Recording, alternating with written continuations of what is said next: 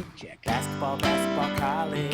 Basketball, basketball, college. Oh, that's time already? Whoa. Basketball.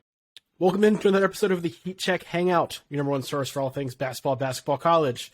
I'm your host, Brian Ralph, joined as always with my co-hosts, Connor Hope, Riley Davis.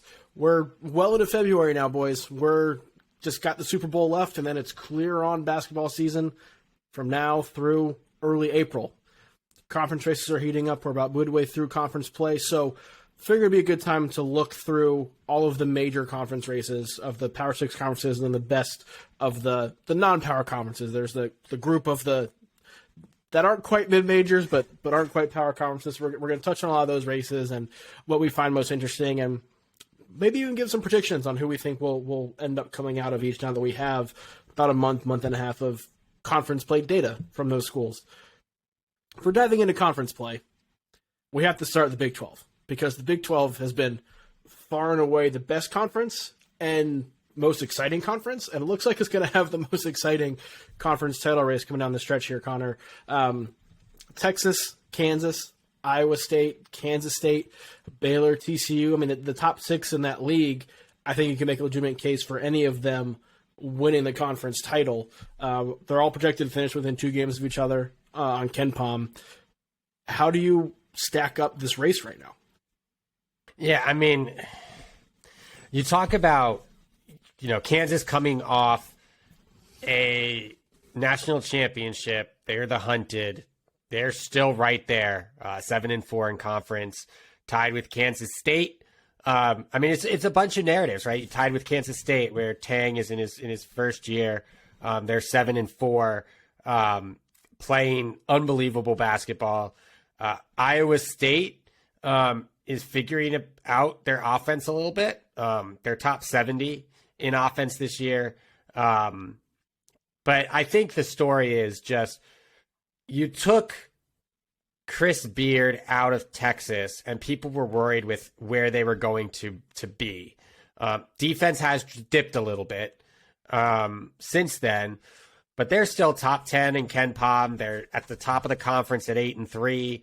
I think given their remaining schedule too, they're set up to do pretty well down the stretch. They have home game against West Virginia, which West Virginia wasn't even in those 6 you've talked about. They're top 15 in KenPom. Then they have Texas Tech and Oklahoma. And then they just have a murderer's row, right? They have the home game against Iowa State, Baylor and TCU on the road, and then ending at home against Kansas.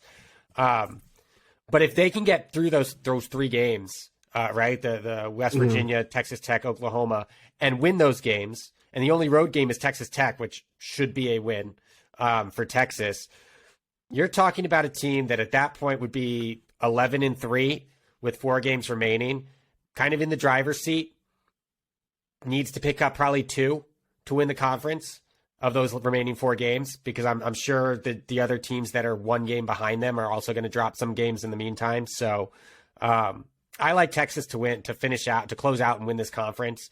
But unlike the Big Ten of years past, where they were lauded as the top conference, they were going to get a ton of teams in the tournament, and then they just kind of fell flat. I don't see that happening from this Big 12. I think, they've got, 6 teams or 5 teams, 6 teams in the top 20, and 2 more in the top 30 in KenPom. All of them are all of them with the exception of, I believe, Kansas State, are top 20 in either offense or defense. And so, you get past, you don't lose to Oklahoma, you don't lose to Texas Tech, and you're kind of just right in line with the rest of the conference to compete for that championship. Riley, do you think Texas is the favorite as well? Yeah, I was hoping Connor was going to say Kansas because Kansas just got through the gauntlet part of their schedule, because I wanted to be the one to talk about Texas, but we're going to agree, not have much disagreement here. But yeah, I think I was kind of shocked to hear Connor say that West Virginia was top 15 on KenPom. I looked at that right as he mentioned that. I knew they were top 30, top 25 on KenPom, but I didn't realize they had ascended that highly. Probably buoyed a little bit by getting a recent win over Iowa State at the time of recording. But yeah, same points Connor made about scheduling. Texas really gets a boost from getting, some of their tough games that are left are coming at home. They've got some of their toughest away games out of the way. I mean, I know Baylor is going to be a dogfight on February 25th. TCU, March 1st, they'll probably have Mike Miles back by then.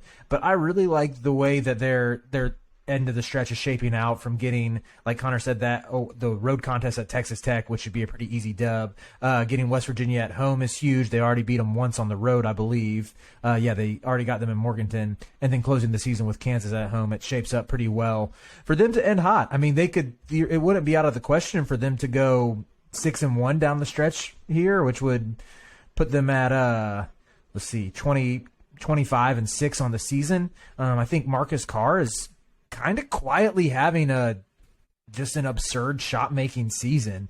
His efficiency has never been higher. It's over 40% from the field, I think, for the first time in his career.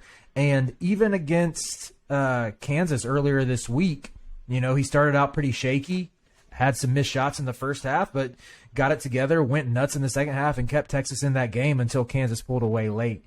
So I think what he has with going alongside Jabari Rice coming off the bench, I've said before on here that I'm enamored with Texas's backcourt, which was the exact opposite of how I felt going into the year. But yeah, I really like what the Longhorns have. And also worth noting, they've only lost one game at home this year, and that was that pretty ridiculous performance from Kansas State where they just couldn't miss.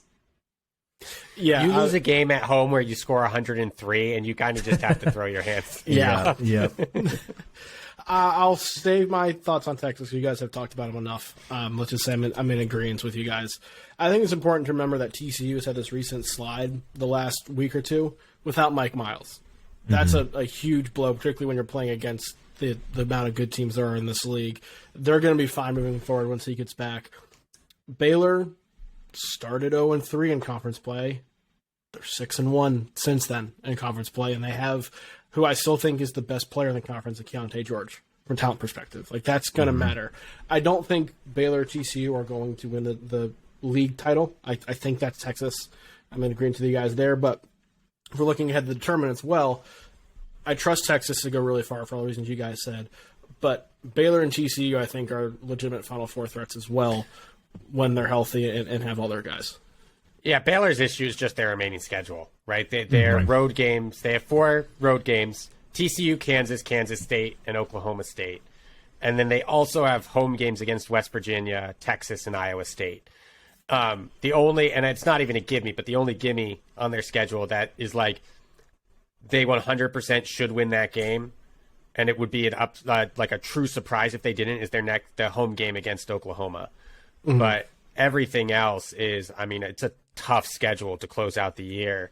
But it's Baylor. And again, not for nothing, a lot of these teams they're prepping for March. They're not prepping for conference regular season championships. So the fact that they are playing so well down the stretch, if that can continue over the next 8 games, they'll be in a really good position, especially with that offense come March. Let's move to the Big Ten, because the Big Ten is traditionally in the conversation with the Big 12 as being the nation's best conference. I don't think that's the case this year, but Purdue is certainly the best team in the country. This might be more of a conversation about who's competing for second. Riley, do you think anybody can catch Purdue? In a word, no, I don't. I think Purdue has given us a 24-game sample size that they really are the best team in the country. I don't think there's much debate over that right now. I mean, well, shoot, Alabama is, at the time of recording, was beating Florida by 1 million, so maybe we should just overlook what they did against Oklahoma and challenge them. But I do think Purdue is a lot closer to that elite team tier than it is that we don't have any elite teams this year. So, yeah, I would say it's a race for second right now. And I'm kind of going all in on Indiana. I know that's not something Brian likes to hear, considering he's been an Indiana hater since the preseason. And I was in that boat as well. I kind of thought, they didn't have the shooting to really be nationally relevant. I thought Jalen Hood-Schifino was going to be a stud, but I didn't expect him to be as good as he is. It's not just that he's running the offense and creating, but I feel like he also just makes smart plays. Like against Purdue, he had some really smart defensive plays that allowed them to get out in transition and get some easy buckets. I think Malik Renew's also been making some good progress down the stretch, and it just seems like aside from those two, they can get random good games from Trey Galloway or Tamar Bates. Even Miller Kopp can make some plays on any given night. It's like they're role players. It seems like most games, at least one of their role players will step up. What about you, Connor? Yeah, my issue with Indiana is just will they shoot the ball enough to win in March, right? They're really good this year, and they're a lot more cohesive than I thought they would be. And a lot of that has to do with Trace Jackson-Davis actually showing out against top competition this year. But when it comes to winning, you're Purdue. You have a 3-game lead in conference. And your remaining schedule is home against Iowa, which should be a dub. You road games against Northwestern and Maryland, which the Maryland one, both of those are tough, but not impossible. They're not the top teams in the conference. Home against Ohio State should be a dub. I like them in that home tilt against Indiana, just as kind of the revenge game after nearly coming back against Indiana in Bloomington. An away game against Wisconsin, which should be a dub. And then their final game of the season, senior night, is a home game against Illinois.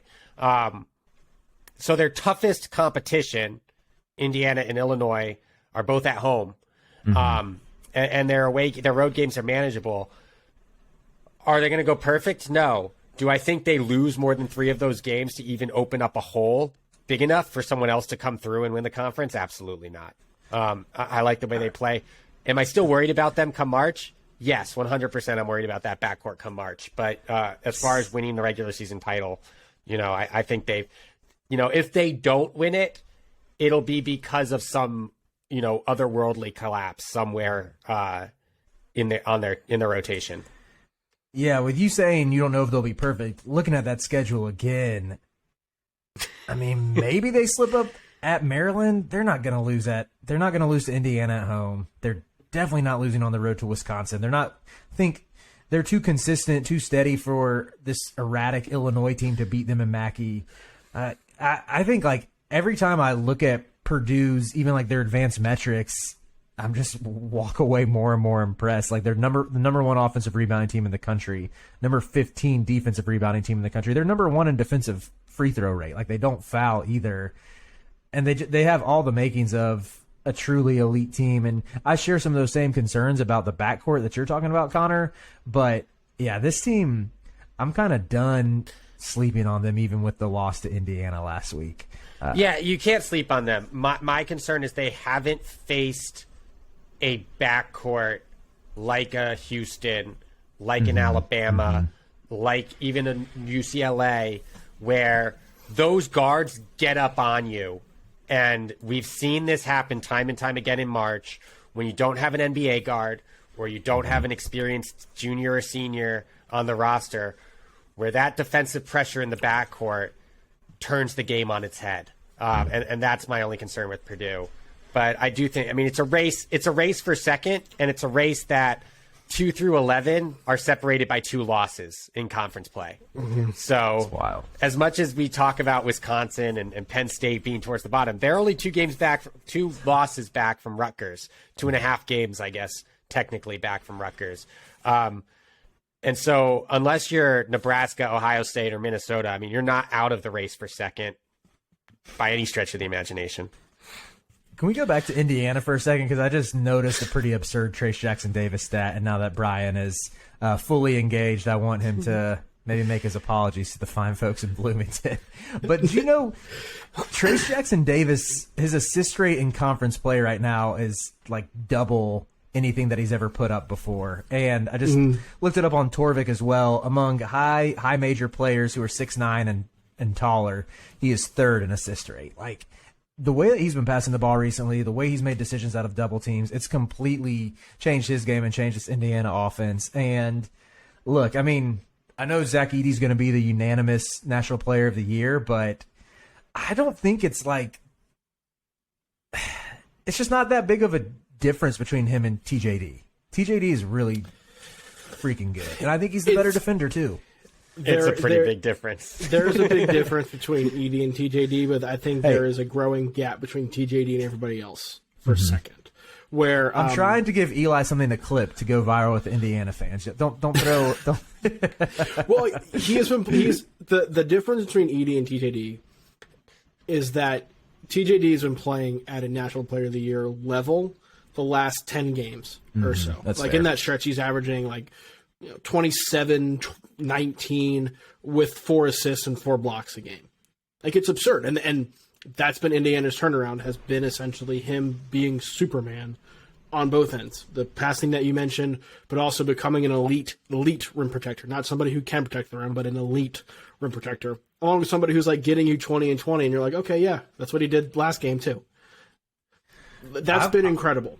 The difference, though, is that Edey did that from November 7th on, and not just the last 10 games. Fair points, Brian. What's crazy about Edey is that if you look at it, like, the only thing that held Edey back last year was Travion Williams, because his efficiency numbers are either the same or in some cases, I mean, his shooting efficiency is actually lower this year than it was last year. Rebounding numbers obviously are up. Was the top offensive rebounder last year, again, top one this year. But can we just talk about how crazy it was that he played so few minutes last year, despite having very similar, people are saying, oh, his efficiency's out of just took to another level. It really hasn't. His minutes have gone up. He's playing 75% of produced minutes as opposed to 47, but his efficiency is the same. And I also think, I mean, if you get the ball to someone within 7 feet of the basket and it's an automatic basket, I mean, that's the player of the year right there. Travion was so good for them, though. I know he kind of had a couple. I'm trying to remember, what was the game where he threw that pass from half court that went out of bounds? You don't remember the one I'm talking about? Not off the top of my head, no. It was one pass that cost him the game where he was kind of made fun of for it, but he was an excellent passer and added. Yeah, go ahead. I was just gonna say he was an excellent passer. I mean, he was a preseason All-American, I think. And Edey, I'm sure, who knows what his conditioning was like last year. I don't think it was that. I don't know, maybe a hot take, but not that indefensible to plateau them some, because Travion Williams was really freaking good too. No. I'm not saying that it wasn't indefensible. They couldn't be on the court together, and they were both really good. Right. But to say that this came out of nowhere, understanding the minutes difference, I mean, it didn't really come out of nowhere. The ability to stay on the floor, maybe, but the efficiency didn't come out of nowhere. I don't want to talk about last year's Purdue team too much because we still have 8 conferences that we need to touch on, and this is also last year's Purdue team. But I talked about this last year. Matt Painter is an awesome coach. Frustrated the bejesus out of me last year because you recruited big. You have 2 awesome big dudes. Play them both together at the same time. And I know there are issues with the ball screens and different things, but who's going to guard them on the other end? Yeah, true. If you're going to recruit big, play big. Purdue handicapped themselves down the stretch because they refused to play to their strength the way Matt Painter recruited. And it frustrated the shit out of me because, you have Zach Edey, who, as Connor said, was just as efficient last year, was just playing 19 minutes a game. Because, we can't play him and Travion together. Why not? Well, you can't have 2 bigs on the court. 1, who says? 2, then don't recruit that way. Anyway. All right. Go ahead, SEC. Connor. Yes, SEC. That's where I was going because I think you can make the case for Alabama being potentially on the same tier as Purdue. Oklahoma debacle aside, they've been steamrolling people. Have a 2-game lead over Texas A&M, which is where we all thought the Aggies would be after they lost to Wofford in December. This kind of same kind of question. Can anybody catch Bama? No, and I would go as far as to say I still think Bama's the best team in the country. You look at that game against Oklahoma, and the starkest contrast, really. I mean, rebounding aside, but the rebounding numbers were similar if you take combined rebounds, right? The Bama was better off on the offensive boards, and whatnot. But anyways, how many times has Bama? I mean, and we've said it before, Brian. When they shoot poorly, they're bad. They shot 27% from three and 60% from the free throw line, compared to Oklahoma's 70% from three and 84% from the free throw line. And those two things, you can run players off the line, but shooting efficiency from three is like 80% luck in terms of defense against that. And then free throws is 100% luck in terms of defense against that. Like, prevent them from getting to the line, sure. But I don't know how many times, first of all, I don't know how many times Bama's going to give up 70% from three against a team. But I also don't know how many times they're just going to be that bad at basically every level shooting the ball. I like their matchup against Purdue better than most teams. The only other team being really like, I hate Purdue's matchup against Houston, but I just think that backcourt against Purdue's backcourt is a nightmare situation for Purdue.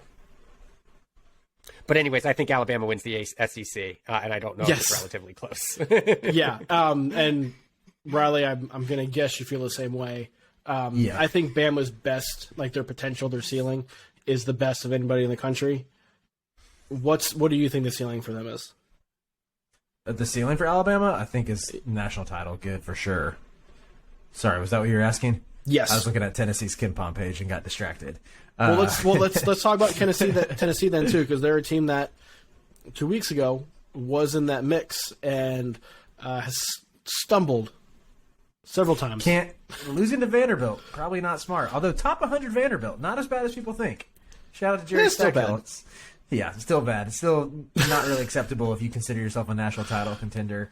The crazy thing with Tennessee losing at Vanderbilt, they scored over a point per possession. They're at 1.1 points per possession, hit 7 threes, 37%.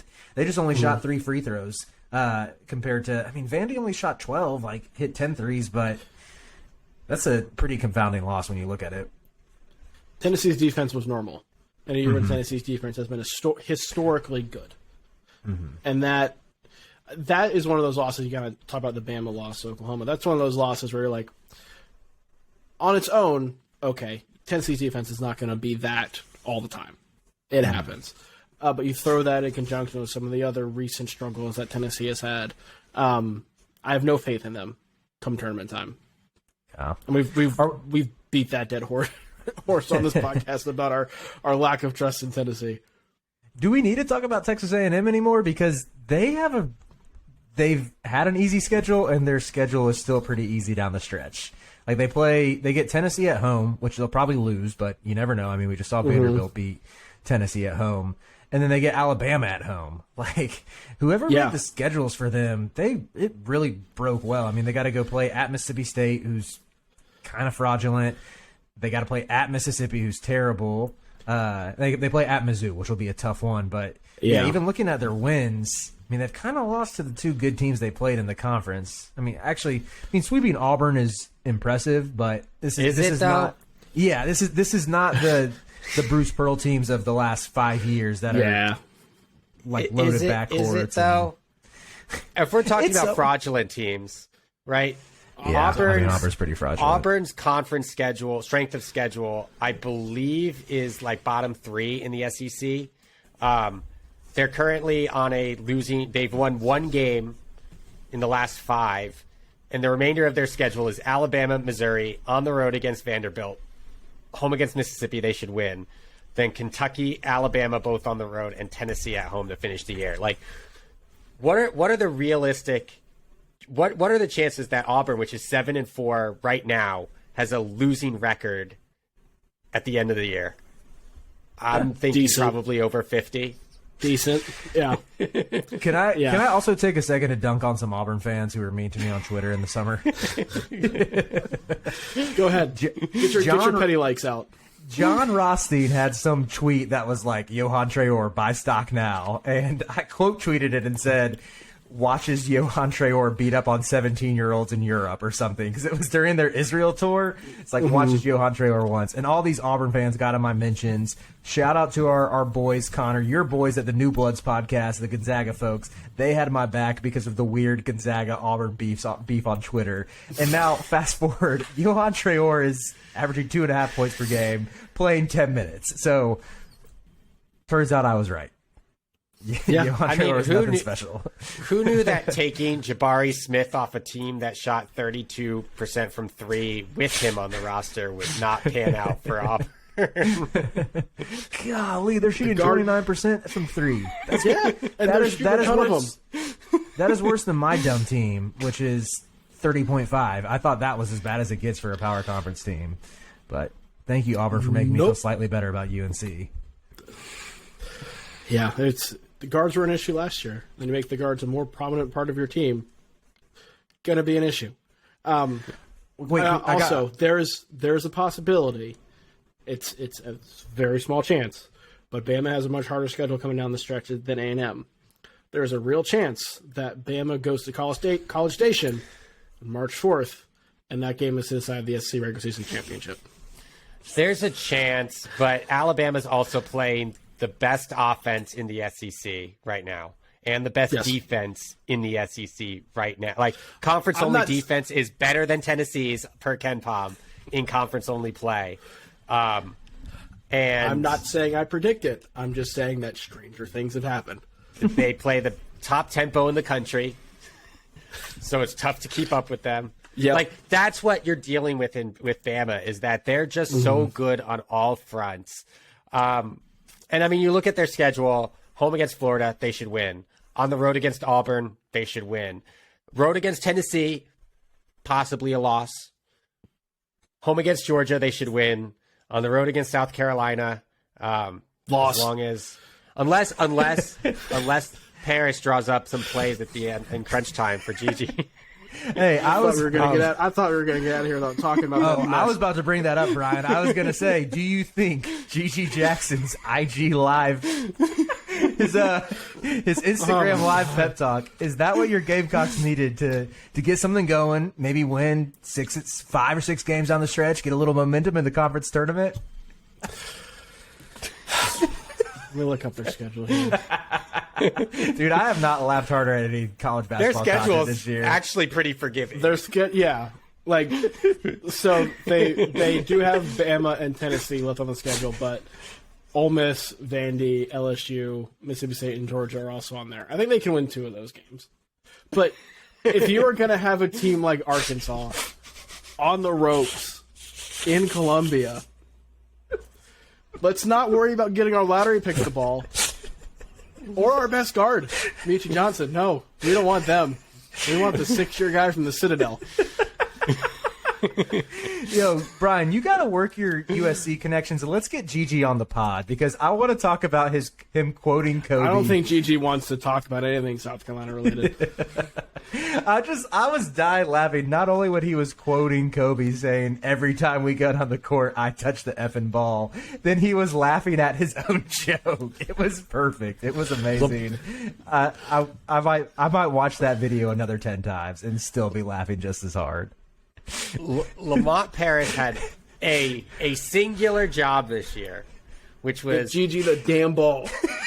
Basically, keep him happy and get him like a top 5 to 10 pick. That was it. That's all he needed to do. He needed his star player to talk good about the school, and he needed that star player to also be a lottery pick, like a clear lottery pick. Hey, remember when I was okay, and I said on this podcast I was okay that Sean Miller took the Xavier job over the South Carolina job because he was kind of sneaky bad during his second half of his time at Arizona? Yep. Yeah, I take that back. I'd rather have Sean Miller. Speaking of Sean Miller, let's go to the Big East now. Yeah, it's just a natural segue.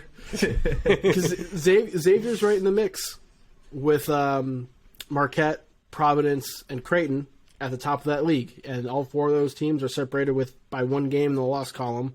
I think a month ago we all said this was UConn's league to lose, and they've pretty much lost it, finding their groove back, getting towards the NCAA tournament. But this is a 4-team race between Providence, Creighton, Xavier, and the last Marquette. team I said, Marquette, yes, who I just wrote an awesome piece on about how good their offense is. That's up at heatcheckcb.com on HeatCheck Plus. Make sure you subscribe today. Riley, who do you see coming out of there? Xavier is probably the leader in the clubhouse right now, the odds-on favorite, but I think any of these teams really could pull it off. Yeah, I'm looking at Creighton just because they're right now on a 7-game winning streak. They've really been incredible since Ryan Kalkbrenner got back, and yes. I mean he's someone I wrote a little blurb on him and his impact a couple weeks ago for the Field of 68 Daily, and it's crazy because he really stuffs the stat sheets. Like if you look at his efficiency numbers, his offensive rebound and his block rate is insane. He also shoots probably something like 75% from the field. But there's even stuff he does that like on the court that doesn't necessarily like show up in the stat sheet. Not to use that cliche, but got to do it in this sense. Like I feel like they'll play him out of dribble handoffs a decent amount, and his decisions don't always lead to assists. So it's not like his assist rate is insane or something, but his decision making still like really opens up the offense that you can keep him out on the perimeter even if he's not a huge shooting threat. And I think, what game was it? One of Creighton's games, maybe it was against, I think it was the Xavier one that they had at home, where it was so obvious that no one on that team could guard him. He was getting offensive rebounds left and right and just shooting over people. It's where, I think he's played at an All-American level since he's been back. Would not be surprised at all if he gets on a second or a third team. And I think when you combine him with, Trey Alexander, who's improved by leaps and bounds, shooting 41% from 3 right now. And, Baylor Shireman, who's going to keep, knocking down triples as well. And, they're just a really tough team that is definitely in the middle of living up to that preseason hype. I think they can get back to that top 10 type range, maybe even higher. And the schedule's also not that bad. Is Creighton a team to watch for you, or you got one of the other 3? So I said in beginning of January that I had Xavier winning, and Golf clap for you. I think it'll be tight. I think Marquette could do it. Not because I think Marquette's the better team. I think Xavier's upcoming schedule is just tougher than Marquette's. You have Marquette on the road, which essentially should even things up. And you've got home games or road games against Seton Hall and Providence, which is, I think, tougher than what Marquette has. I think a road game against Creighton, but they still have to play Georgetown. They have Butler, DePaul, and St. John's to end the season. So Xavier plays 2 of those top 4. Marquette plays 2 of those top 4, but I think the difference obviously is Marquette versus Xavier is one of those 2 games, and it's at home for Marquette, and that's the difference. And so, I think it probably ends up a tie, but I don't think where I thought Xavier would win outright at the beginning of the January. I think it's probably going to be a 2 or 3 team tie to end the season. Stoli Boom is going to make a game-winning play in the NCAA tournament. Like, he has that game, has that feel. He's going to be a March hero, and I'm going to go ahead and pencil that in. At the same time, I say I'm with Riley, and I think taking Creighton. I think it probably will end up in a tie, but Creighton, when Kalkbrenner's been back, has been great. The only 2 games they lost in that stretch were at Cincinnati, at Xavier. Xavier game was final possession game. UConn, they were in it in the last minute or 2, and then UConn hit free throws, made the plays they needed to down the stretch. But they were in those games, both on the road. Those are fine losses. That 6-game losing streak that everyone talks about, 3 of them were without Kalkbrenner, and that entire stretch, the entire Creighton team went cold. Like, it was just a massive shooting slump. I think they shot below 30% in each one of those games. One of them was the Texas game when they came back from Maui. and we're like 1 for 20 from three. And Riley, you just talked about the number of good shooters that are on this team. Like that, at the time I said that wasn't sustainable. They're getting good looks. They're missing them. Baylor Shireman is an awesome 3-point shooter. We've seen that now for years of him in college. When he goes, 20% from three through a 4-game stretch, that's going to turn around at some point. And so I'm certainly happy that they've turned things around in that aspect. But I am more willing to dismiss those struggles than I would with other teams that struggled in the past, because they didn't have their best big and arguably their best player, which it's the only guy really who has size in their rotation. So you take him away, that has a larger impact than it would if they lost one of their guards. But that coupled with the shooting woes, to me, I'm not as worried about that now, potentially coming back up and biting them later on down the road. I still worry about just the road tilt over the next 3 weeks. They have a road game against Providence. Mm-hmm. And then their other 2 road games in that stretch are St. John's and Villanova, which should be wins for them. But they haven't played well on the road this year, right?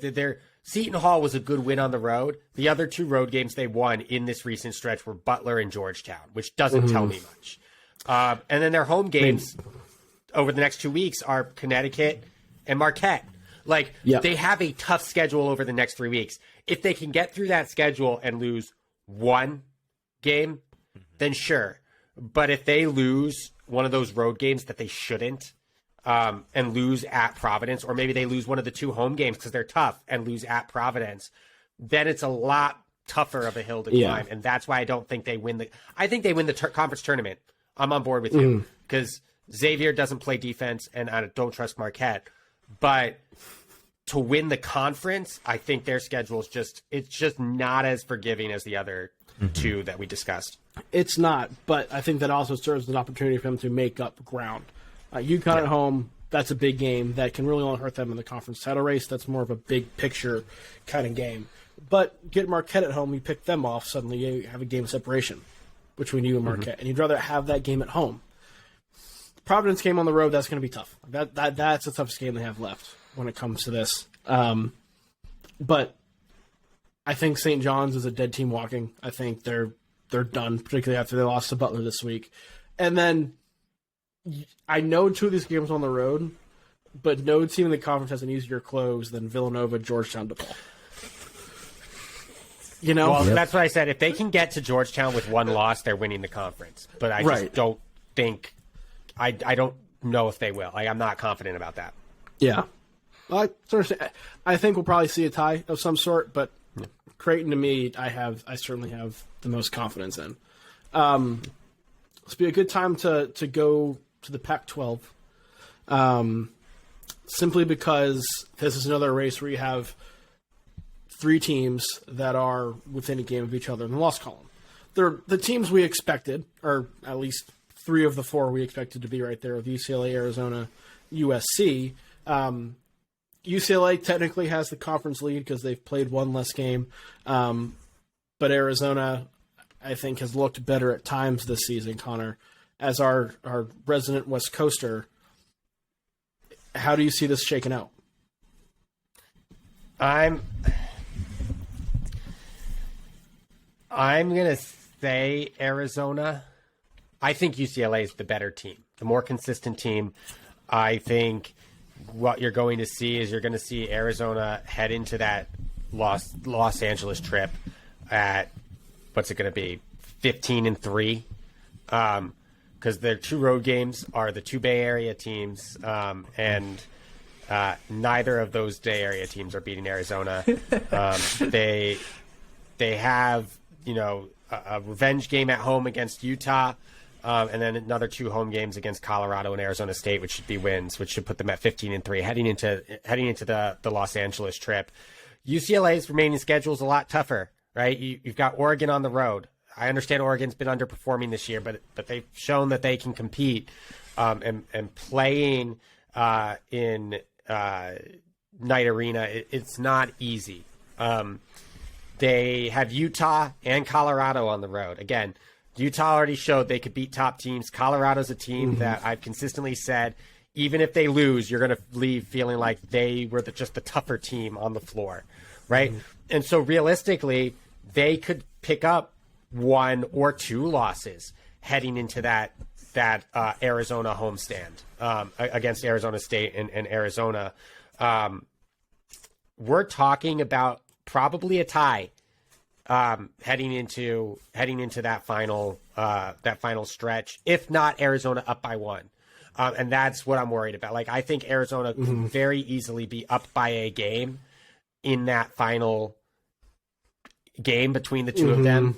I think UCLA wins it, but I think it's a tie. I think Arizona goes in probably as the 1 seed in the Pac-12. But we just have to see. I like UCLA better in March. Arizona strikes me as the Alabama of this year, where they could make the Final Four. I picked them as one of my Final Four teams, but they could just as easily lose in the second round. But Arizona's schedule up until, really UCLA, but up until that USC game is so easy that I just don't see them losing a game until then. Riley, do you agree, or do you think UCLA or even USC can get it done? USC I wouldn't bet, just because I don't think they're nearly as good as those other two. They got to go at Arizona tomorrow. Still have to do the mountain trip out to Colorado and Utah as well. And I think so does UCLA, but UCLA is the much better team. It's kind of tough, even with some of the tests that UCLA has, like Connor mentioned, at Oregon and the mountain trip. It's tough, at least on paper, looking at the schedule, to envision them losing again before Arizona, because they kind of got their poor performance out of the way at USC. They should be focused and everything, but yeah, with this Arizona team, with how high powered they are, the fact that they're actually defending they're top 40 right now in defense on KenPom, and the way that Azuelis Tubelis is playing right now. Again, another guy who's at a National Player of the Year level. I'd probably give the slight edge to Arizona, maybe just because Oregon or UCLA has a little bit of a tougher schedule, but yeah, I'm kind of siding with Connor that I think UCLA is the better team. I'm actually amending it. I'm gonna say it's either a tie or UCLA. Okay. I'm just looking at it. I don't know if I can confidently say that I see UCLA losing more than a game prior to the Arizona game. They have 3 tough road games, but I think they're good enough to go 2-1 in those games. Yeah, there's no way Arizona's going to lose at California or Stanford, or maybe at USC. Maybe USC picks them off, but those home games should be the 3 straight dubs. I think the Arizona State, USC, UCLA stretch to end the season is going to determine this. That last week of the season is going to determine this, because I don't think Arizona loses before then. I think they can afford 1 loss in those 3 games. Right. There's a very real possibility they lose 2. If they lose 2, even if one of them isn't to UCLA, even if that's the win, I think UCLA gets it done. I think UCLA is a better team. I trust them more. Arizona's guards have been playing better the last half of the month, or last 3 weeks or so, which is why they've kind of turned things around. Their guard play was quietly struggling for a while after Maui. I don't expect that to continue for the rest of the season. I expect some of that Kirk Risa inconsistency to pop back up. I don't know when, though, and I don't think it'll matter against Cal or Stanford, or at home against Utah or Colorado, particularly given the fact they already lost to Utah. Right? They probably have that game circled for some revenge. So I don't think it's happening the next 2 weeks. I think even if those guards regress, they're going to be 4-0 the next 2 weeks going into that last stretch. That'll be a lot of fun to watch. I'm probably going to lean a tie here, as I'm thinking about it with Arizona, UCLA. USC probably finishes 2 games back, we'll say. But I think then in the Pac-12 tournament, you have Arizona and UCLA playing in the finals for essentially a 1 seed in the West. we, before the season, thought San Diego State would be the one seed in the West. Bring up San Diego State right now. Before we talk about the ACC, because according to KenPom, the Mountain West is now the sixth best conference over the ACC, and that is how bad the ACC has been this year. The teams at the top, we thought were going to be there with UNC and Duke, have struggled, to say the least. I won't make Riley talk about UNC too much. Virginia is solid. Miami is solid. But the middle of the league, really outside of that, is a crapshoot. And then you could essentially look at the bottom half of the league from UNC down, because I think UNC is sitting right in the middle at 8th currently in the conference standings. You look Okay, at let's the bottom go half a of the league. team up and talk about Syracuse as a bottom half of the league team. Okay, okay. Come on now. We'll swap UNC and Syracuse. Thank you, because Connor. Thank you for doing the good work. The Syracuse, Boston College, Florida State, Virginia Tech, Notre Dame, Georgia Tech, Louisville, half of this league is atrocious. It is downright dreadful. Like, that first 2 days of the ACC tournament are going to be like something they put on in Guantanamo Bay for the prisoners to watch, because it's that bad. Hey, we'll get there. I mean, I don't know if you want to talk about Mountain West first, but Syracuse and Boston Let's do College ACC. are okay. Syracuse Yes, and they Boston are. College Yes, are they not are, that Riley. bad. Yes, they Boston College with a healthy Quentin Post is like somewhat decent. They beat Virginia No. Tech at Virginia Tech. Oh, cool. So they beat another team that's 4-9, 4-10 in the ACC. Can we talk about Syracuse has what, 8 wins? Yes. 8 wins on the road against Notre Dame, home against Boston College, on the road against Louisville. I'll give you the home win against Virginia Tech, at home against Notre Dame, on the road against Georgia Tech, on the road against Boston College, and on the road against Florida State. They have one win in conference against a top 100 KenPom team. Okay, yeah, make fun of Syracuse all you want. And I was looking It's at the stats. I bad, forget man. how bad they are. I forget. I would need to do the math, but in games where they're within 2 possessions, at the end of regulation, they're like 2-5 or something. Like they are what we used to talk about Texas Tech at. Like, they just can't win close games. They're rough. But the byproduct of that is that you have 4 teams, Virginia, Pitt, Clemson, and Miami, within a half game of each other at the top of the league, Riley. Virginia probably makes the most sense, but are you going with the Cavs? Yeah, I think Virginia's pretty easily going to win this league. Even with Clemson, I think being right there, I think Clemson's kind of on the verge of a little a meltdown and some regression. I mean, you saw it when they went on the road at Florida State and needed the Noles to miss like 5 free throws to get out there with a win. And it was a good game from Chase Hunter. He's been a lot better than anybody anticipated and has really stabilized the guard position for them. Front court's still good, but yeah, I just don't really buy the consistency of the offense. Clemson right now, they're the best defense in conference play, but they're the 12th best offense, and I think eventually that's going to show itself. They got to go at North Carolina on Saturday, which make fun of my Tar Heels all you want, but remember, Clemson is literally 1-59 in Chapel Hill. 1-59 all time. They won once. When did that win come, though? In 2019 against the worst UNC team of the Roy Williams era, like against a team that started KJ Smith at point guard. Preferred walk-on. So recently. Bro, they started a preferred walk-on at point guard. He probably shot a higher percentage than Caleb Love is right now. I'll crunch the numbers on that, but I doubt it. I'm giving you a hard time. UNC should win. UNC should win that game. I have become out on this Clemson team since they beat Duke. They've been bad. Like, that Duke win put them 7-0 in the ACC. Since that happened, I wrote about this in the most recent Ralph report that someone he checked, CB.com. They've been bad. The last, 6 games or so? Mm-hmm. All the metrics show that they've been like a bottom half of the ACC team in this bad ACC. I have no faith in them anymore. Can I give you a fun stat about when Clemson got their first win in Chapel Hill? Yes. Okay, guess how many minutes Sienna great Andrew Platek played in that game? 27. Add 12 to that. 39 minutes in an overtime game.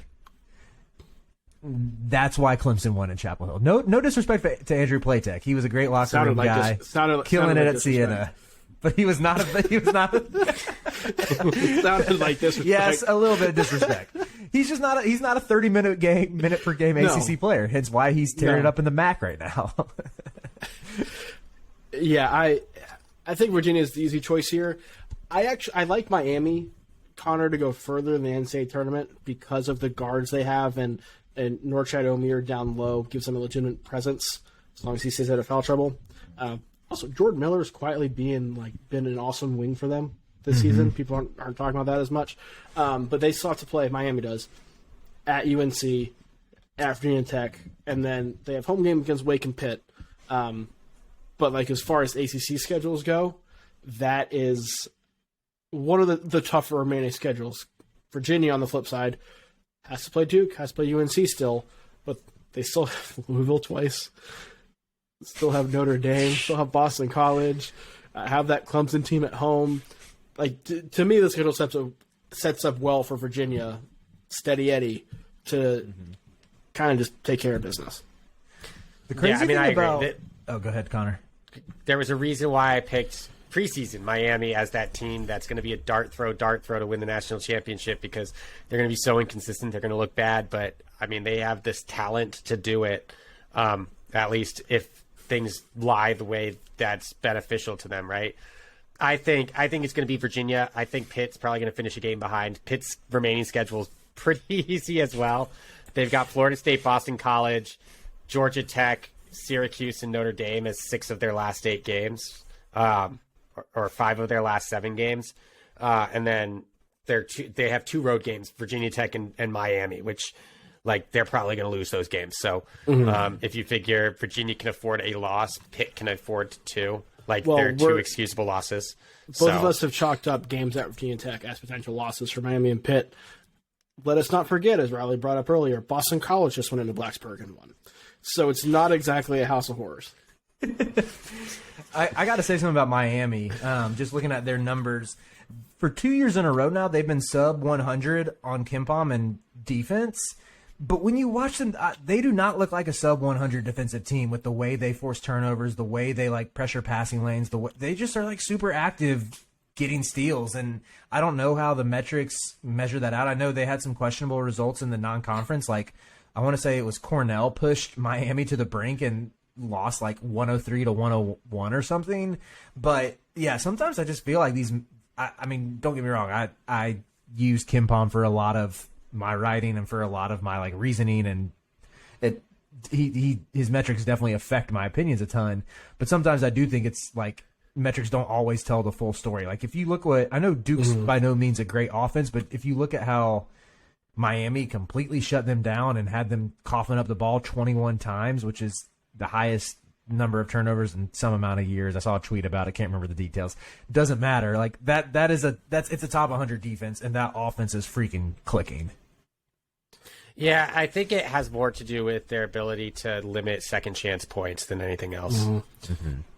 They just don't. Yeah, Omier is a better inside presence than they've had the last couple of years. He's still 6'7", and he is the second tallest guy in the rotation. The tallest guy is Anthony Walker at 6'9".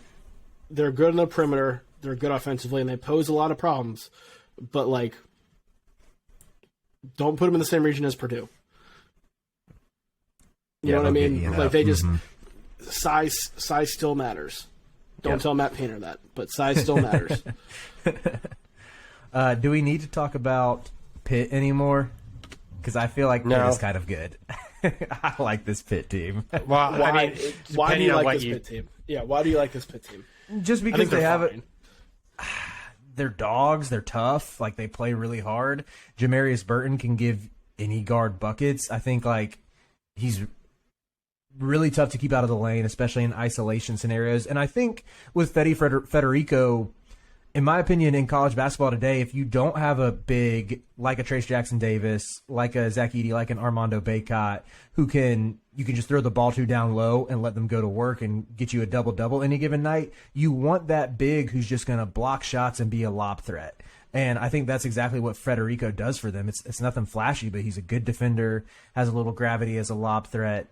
And I think, this is going to sound I'll caveat it a little bit, but getting someone like Federico in that role, who is a veteran, compared to let's say Derek Lively 2 weeks ago, who has the upside for that, but he's a freshman, even though there's the 5-star pedigree. I know it's kind of a moot point now with Lively coming into his own. I mean, that's kind of the archetype to go for, is those, if you can't get one of the stud bigs who's going to stick around in college because of their lack of demand in the NBA, getting an older guy who's going to know his role to block shots and grab boards, catch lobs. I mean, that's really valuable. And plus, I mean, Nelly Cummings is just a savvy vet who's a good shot maker too. So, yeah, I like this Pitt team. I know I could be biased because I've seen them beat my team twice, and I want to just think of them as some like emerging juggernaut in the ACC. But I think Pitt can win a tournament game. I really do. Pitt to me feels destined for a really, really close 8-9 or 7-10 game, and then gets blown out by a 1 or 2 seed in the next round. That's fair. You know what I mean? Like they're good enough to win a game in the right matchup. I'm with you on that. And then make it close for half, and then somebody runs away, and it's like Pitt was in the second round. You know, like that kind of. But I think they're good enough for that to be the case. Mm-hmm. Which honestly, that should be an incredibly successful season for them. That's going to get Capel a huge extension. Huge extension. Let's go to the Mountain West now, since the Mountain West is a better league than the ACC. Connor, 4 teams again within a game, top of the league.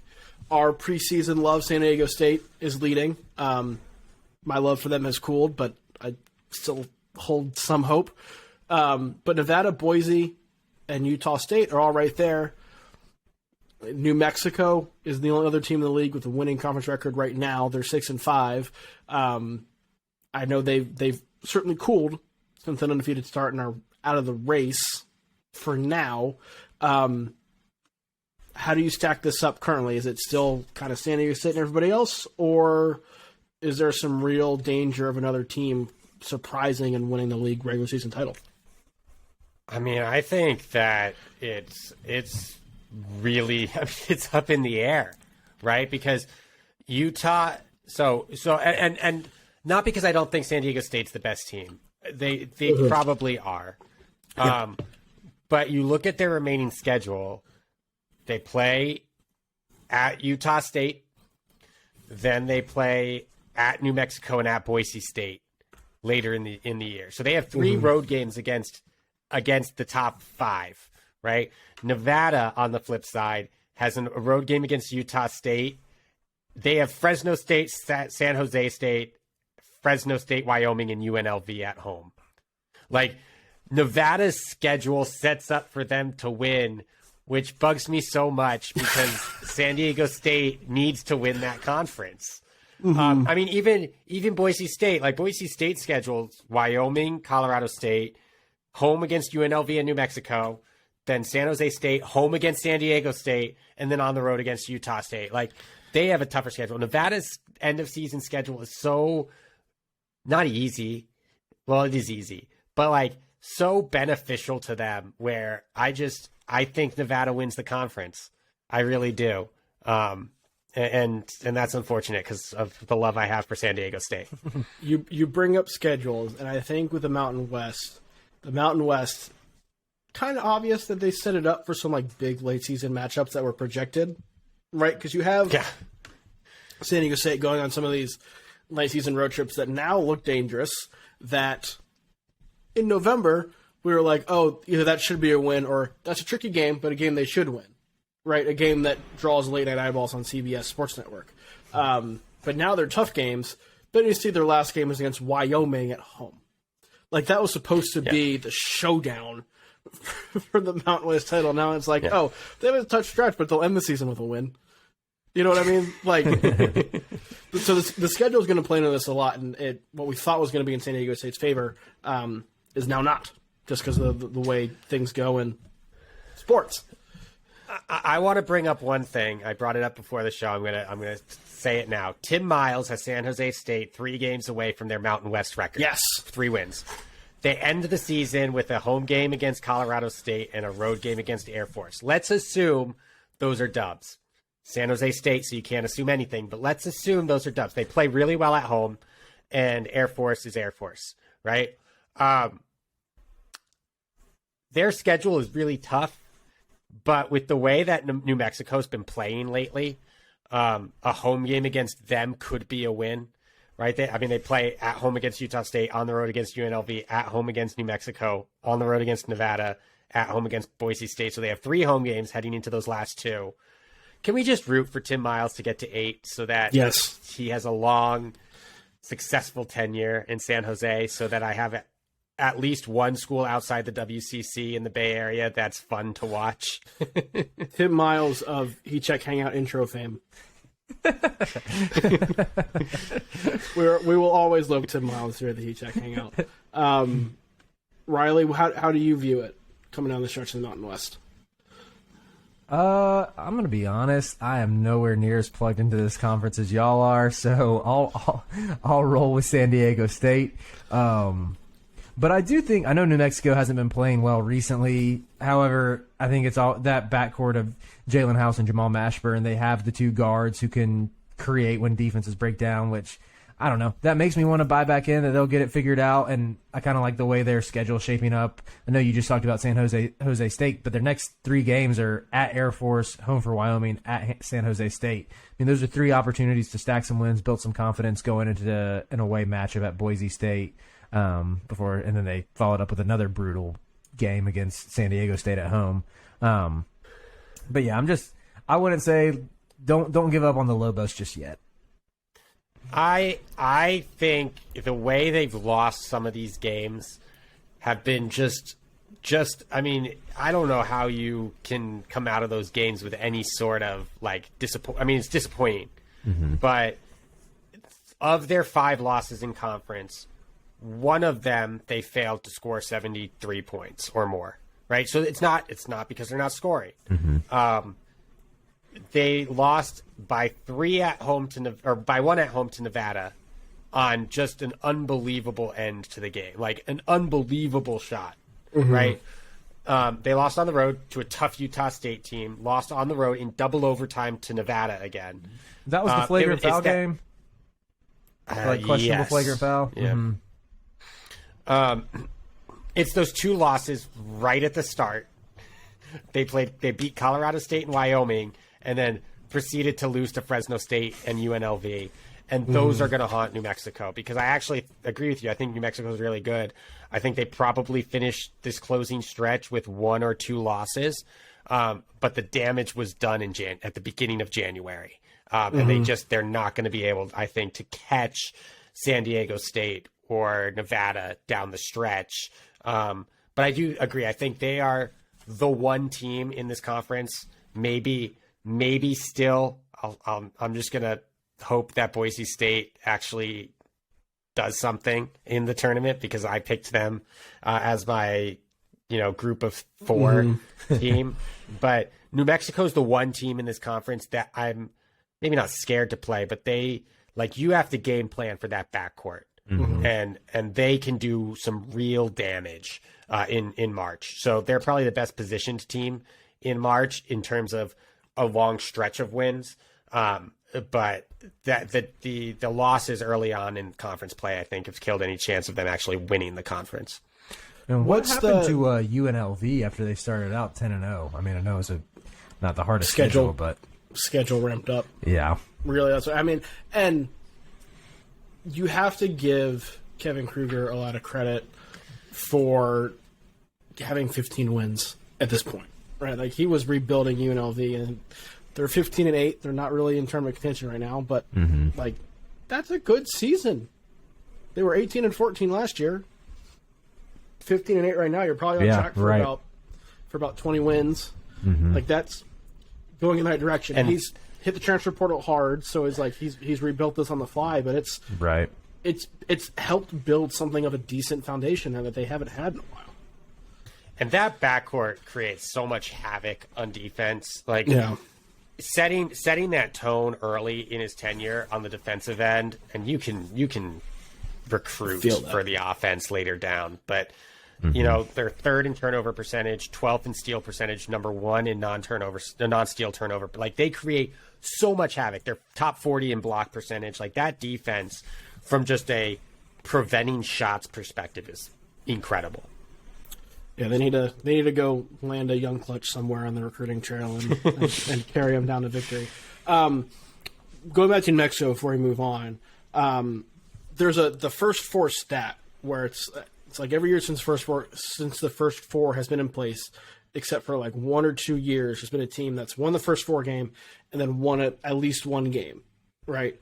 New Mexico feels like that team to me. Like I don't think they're in danger of missing the tournament, but I do feel like the first four is where they'll probably be slotted if they lose the games we think they'll lose. And that backcourt is a problem. Like they're an 11 seed that's going to beat like a 6 seed Auburn limping into the tournament. Right? You know what I mean? Like that to me fits what this Mexico team is. We'll stay on the West Coast and we'll talk WCC to honor the hat that Connor is wearing right now if you're watching on YouTube. If you're not watching on YouTube, you can go find us on YouTube at the Heat Check Hangout. Subscribe, watch us up there as well. It's a 2-team race in the WCC. Nope. St. Mary's is winning it. This is Aiden Mahaney's league. Get the bleep out of here. I love it. St. Mary's. Okay, I'm just again, and I hate to harp on schedule, but if they get past Loyola Marymount on the road, they've got Portland on the road, San Diego on the road, BYU at home, Pacific at home, and then Gonzaga on the road. Yeah, they're going into that Gonzaga game with a 2-game lead. It's over. Yeah. It's over. Gonzaga's not. If they lose Thursday, that's the only chance Gonzaga has of getting a share of this title. Right? St. Mary's is, and I tweeted this out. St. Mary's is too efficient to be inefficient against them, and Gonzaga was inefficient against them down the stretch last week. And so, look, hats off. Randy Bennett is one of the most underrated coaches in the country. That defense is incredible. Aiden Mahaney's a star. Yes, yes, he is. He is insane. And I think there needs to slowly be a transition from this is a Drew Timme WCC Player of the Year season, or maybe Podziemski from Santa Clara, into a very clear it's Drew Timme or Aiden Mahaney, and it's stats versus impact, right? And that's what you have to look at, because I think quite clearly those are the two best players in the conference, from the two best teams in the conference. But game stats be damned. If you watched the last 5 minutes plus overtime of that game, you come away thinking Aiden Mahaney's on a different planet from Drew Timme. And clutch has to matter. But I just this St. Mary's team, back in early January, mid-January, I said, I thought they were better than Gonzaga. They're quite clearly a top 15 team. And they're going to be a 5 or a 6 seed probably, just because of their schedule and some of their early losses. But they're that 5 or 6 seed as a 1 seed you don't want in your bracket. Yeah. I still think Drew Timme is going to win Player of the Year, to put a bow on that conversation. I think it's going to be more of a career achievement award. Yeah. Than a true Player of the Year. Because Aiden Mahaney's going to be here next year. Right. So, Aiden Mahaney's going to win it next year, right? Timme deserves that. I think I'm with you. I think there's the potential for St. Mary's to, let's say, slip up at home against BYU or lose at Loyola. I'm not going to discount those, but I'm with you. I don't think,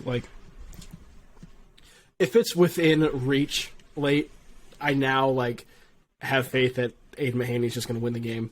It doesn't matter if they're down 5 with, 3 seconds left. He'll pull a Reggie Miller, and they'll win the game. He's been that good down the stretch in games this season. But that's why Tuesday, March 7th, 9 o'clock p.m. Eastern, 6 o'clock Pacific on ESPN, excuse me, is going to be the WCC Tournament Championship game. That is going to be the Gonzaga revenge, give us a title showdown. That game is going to be awesome. But for the regular season, because that's kind of what we're talking about, I'm going St. Mary's as well, Riley. Yep, I'm also going to lean with the Gales. I think they get it done and go into that, like Connor said, go into that last matchup with Gonzaga with a 2-game lead.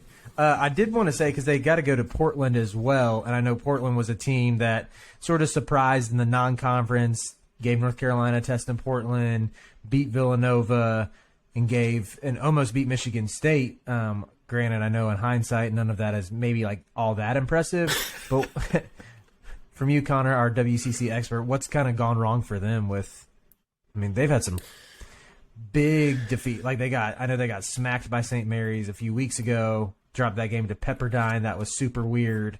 But what happened to that offense that was just clicking at the start of the year?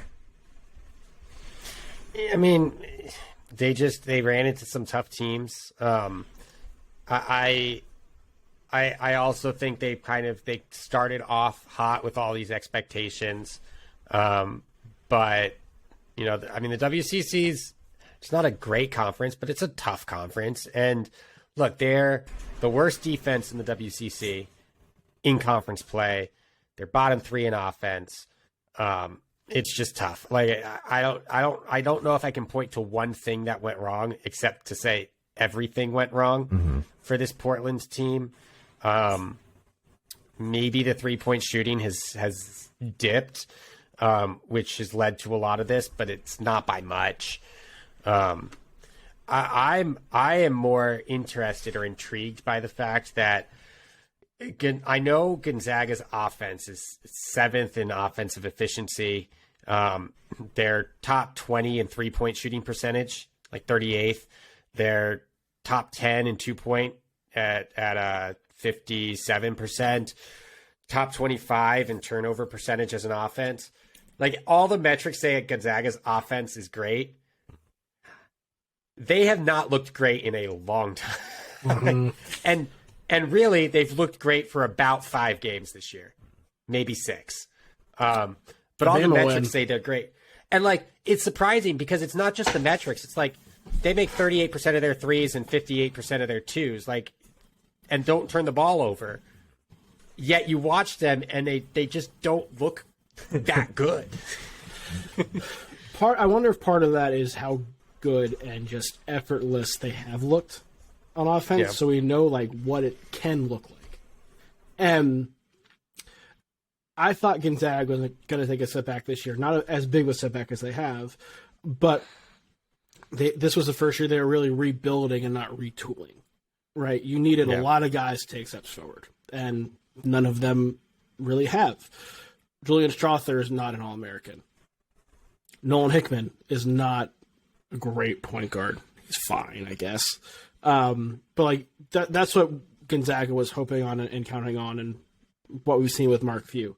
They, to me, are a team that is a prime candidate to get upset in the first weekend, whether it's in the first or second round. Just perimeter defense has been an issue for them all season long. I don't trust the backcourt.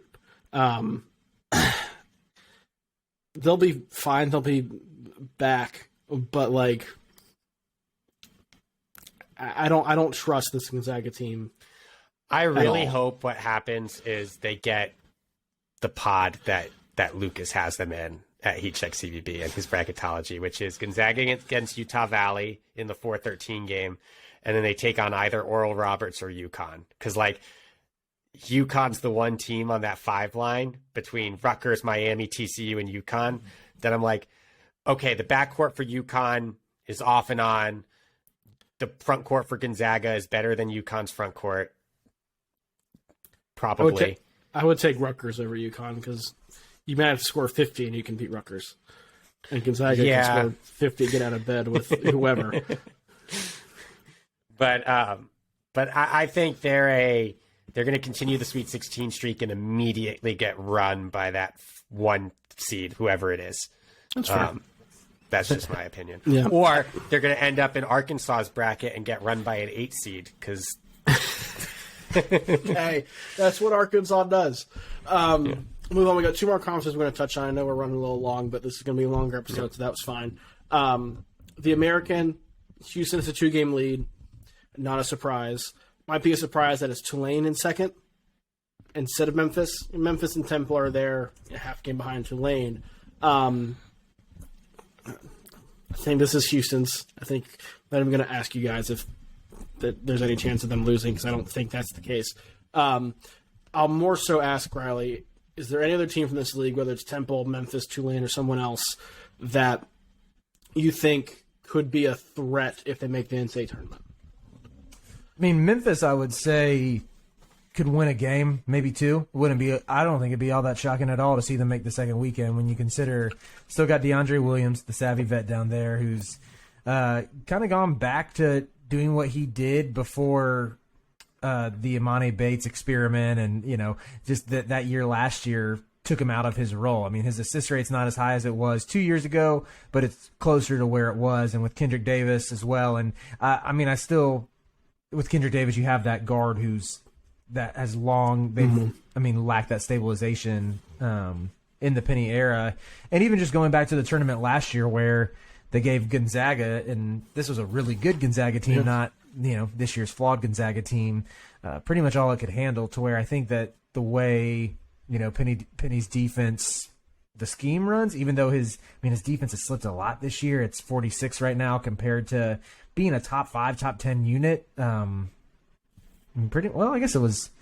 Oh, it dropped down to 33 last year, and they still made the tournament. I was kind of under under the assumption they were still like a top 20, top 15 unit. But I think the style that they play can give teams issues in the tournament. They're still forcing a ton of turnovers. I wouldn't necessarily bank on them making a run, but it wouldn't be a huge surprise. I will say I would love to see Tulane get into the tournament, if only just to get Ron Hunter his shiny moment again. Because if they somehow win a game in the tournament, we're going to get a fantastic Ron Hunter interview afterwards. And just the style they play, where it's super up tempo, they're an efficient offense. I think that would be pretty delightful to see. And Jalen Cook as well, another guy who would be fun. Could be maybe he gets his little March moment or something.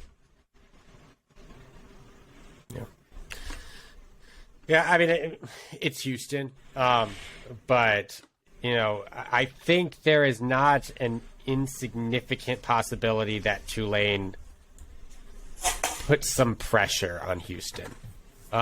Not to win the conference, but to win a share of the conference, right? Houston, because Tulane's remaining schedule is easy. Their toughest game outside of the road game against Houston are home games against Wichita State and Temple, right? And Houston has to play Memphis twice, and they also have to play Tulane. So let's say they lose in one of those two home games against Tulane and Memphis back to back. That puts Tulane in a position where they could win. If they lose to Tulane in that home game, then they're only one game back, and they play Temple in their final game, and Houston plays at Memphis. So I don't see that happening. The only team that I think could push for a share is Tulane at this point, though.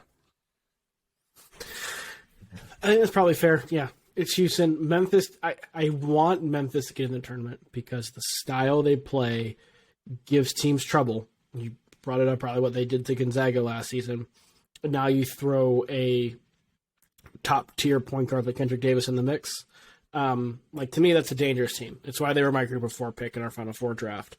They just got to get in. And that's been the issue for Penny Hardaway his entire time at Memphis. It's just getting over that hump. We'll close with the A-10. 3 teams at the top that we thought were going to be there. VCU, St. Louis, and Dayton, all within a game of each other. But St. Bonaventure's in the mix there. And Connor, Fordham is a game behind in the loss column as well. Yeah, how about that? We used the success of Fordham last year, or relative success of Fordham last year, to prop up Kyle Neptune as this great coach. And he leaves, and while Villanova's worse, Fordham is better. Shocking. And look, they're not winning the conference, but the rest of their schedule is not terribly difficult. So they could wind up with a top 2 seed in that tournament. I think VCU wins the conference at this point. I think they have a relatively forgiving schedule where St. Louis has to play Dayton twice and VCU on the road. VCU just has St. Louis at home once. Dayton has to play St. Louis twice, and Fordham. Their schedule's relatively easy. They play at VCU, but I think the rest of their, I don't think they're as good a team as the other 3, so you can't just pencil in some of these relatively easy road games as wins. Mm-hmm. Yeah, it's a good thing Dayton beat VCU on Tuesday in Richmond, because if VCU won that game and had an even bigger lead at the top of this league, I think it's not even a question then, Riley. But going in, just looking at those 3, VCU, St. Louis, and Dayton, how do you see it playing out? I mean, I still like VCU the best. That's a team that I've kind of loved since the preseason, just with Ace Baldwin's kind of miraculous recovery from the Achilles, and Jameer Watkins was someone who I thought could fill a nice role and sort of just fit that prototype of the junkyard dog VCU front court player. And I mean, honestly, he hasn't even been quite as good as Jalen DeLoach, I think, who's the top rebounder in the conference. He's top 5 in both offensive and defensive rebounding rate. They're getting a good year from Brandon Johns as well. Of course, they are going to be prone to those nights where the offense just can't get buckets late. The fact that they turned in a performance of, went 4 from 19 from 3 at home at Dayton in what could be a pivotal game. But yeah, Dayton, to me, it's just kind of seeing, I know they've won 3 of their last 4, but I don't necessarily see a 9-point loss to St. Bonaventure as especially encouraging, and Loyola Chicago getting them to overtime at home. And also, I know a guy with Mike Sharab Jamps, Mongolian Mike, who Dayton fans are really high on at the beginning of the year. He hasn't scored in double digits since last year. Yeah, he hasn't scored in double digits once in 2023, and maybe he's impacting the game in other ways. I haven't been especially tuned into him, but that was kind of their high upside piece that I thought could lift their ceiling, and he sort of hit that freshman wall. So yeah, I'd lean VCU. St. Louis, need to see their schedule with how that could shake out as well. I mean, they got to go at Dayton, at Richmond as well, and at VCU. So I don't know. I think VCU, the way their schedule plays out down the stretch, shakes out pretty well. Yeah, and what Dayton really needed is they needed Malachi Smith to come back and be that difference, right? He played 4 games to start the year. They won at Robert Morris. Then they had a really tough MTE, played Wisconsin, NC State, BYU, lost all 3. Comes back in mid-January. They're 4-3. They're okay. They obviously got the win against VCU, but their other 3 wins were Davidson, Richmond, and Loyola, which isn't going to really move the needle. And they lost the 3 road games up until the VCU game. George Washington, Rhode Island, and then St. Bonaventure. He hasn't looked consistent. He hasn't looked fantastic. He still looks, he's not at full go, right? And when you're Dayton and you were kind of just clinging on to the top of that conference, you needed him to come back and be that guy. And I don't want to say they got worse when he came back, but their record certainly got worse when he came back. So they're heading in the wrong direction. But I could easily be eating my words at the end of the year when they finish out the season with 6 straight wins. So yeah, it'll be a fun race to watch for sure. But that'll do it for this episode of the Heat Check Hangout. Thank you guys very much for listening or watching. If you're watching us on YouTube, make sure you like, rate, subscribe, all those things that every podcast asks you to do, because they really, really do help, and we really appreciate that. For my co-host Connor Hope, I'm Riley Davis. I'm Brian Ralph. Thank you guys very much for watching or listening. We'll talk to you again next time. Basketball, basketball basketball college. Time already? Whoa, basketball college. Come on. Basketball college. Basketball college. Whoa, basketball college.